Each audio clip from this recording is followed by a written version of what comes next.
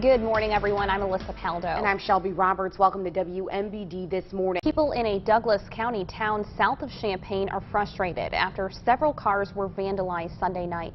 Police in Villa Grove say it's happened in the past 2 weeks. At least 8 car windows have been broken on 4 separate occasions.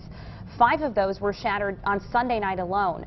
Police say every time the vandalism has happened in the downtown area, and they're looking into whether these crimes are related. Meanwhile, people who were vandalized say it all seems senseless. 2 people are recovering from injuries after a crash on I-74 in Peoria County yesterday. It happened on the west side of the Shade Loman Bridge around 9 yesterday morning. It involved cars and a tractor semi-trailer. Police say the driver of a van failed to stop, hitting a second vehicle and causing a chain reaction of crashes. 1 driver was ticketed for failure to reduce speed. 2 others were taken to a local hospital with minor injuries.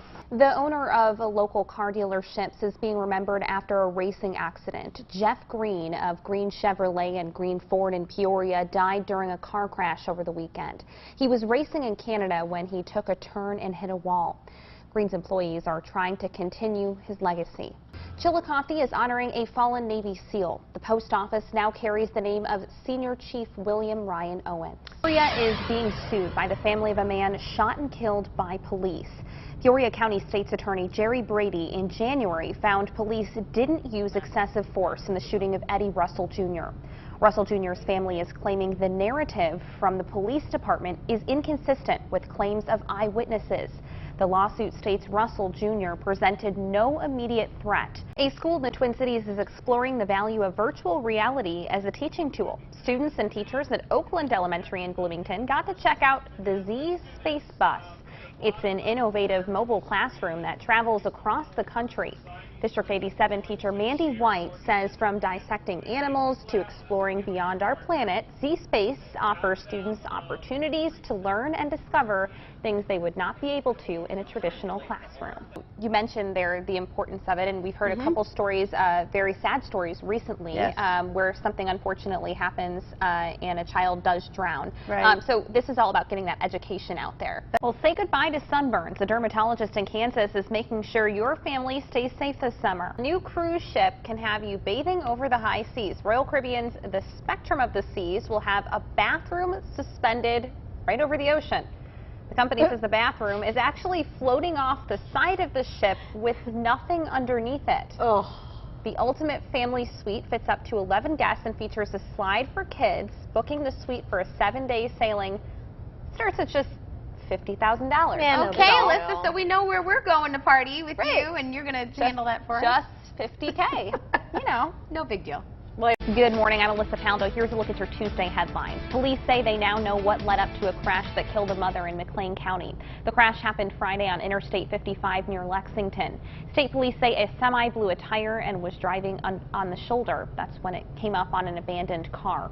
The truck then pulled back onto the road to try to go around the stalled car. That's when police say the SUV driven by 25-year-old Caitlin Erdman hit the semi. Erdman was killed, but her infant daughter survived. The man driving the semi now faces several traffic citations. And 2 people are recovering from injuries after a crash on I-474 in Peoria County yesterday. It happened on the west side of the Shade Loman Bridge around 9 yesterday morning.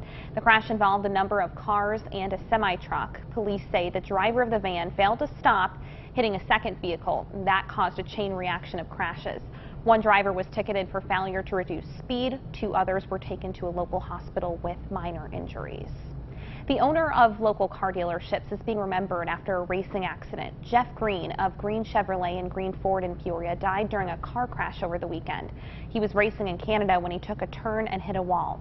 Green's employees are trying to continue his legacy. And I think if he'd had his druthers, he'd have been a professional race car driver. Everything, he loved the sport and loved everything about it. And I think it was the efficiency of it, the getting better, the competitiveness of it.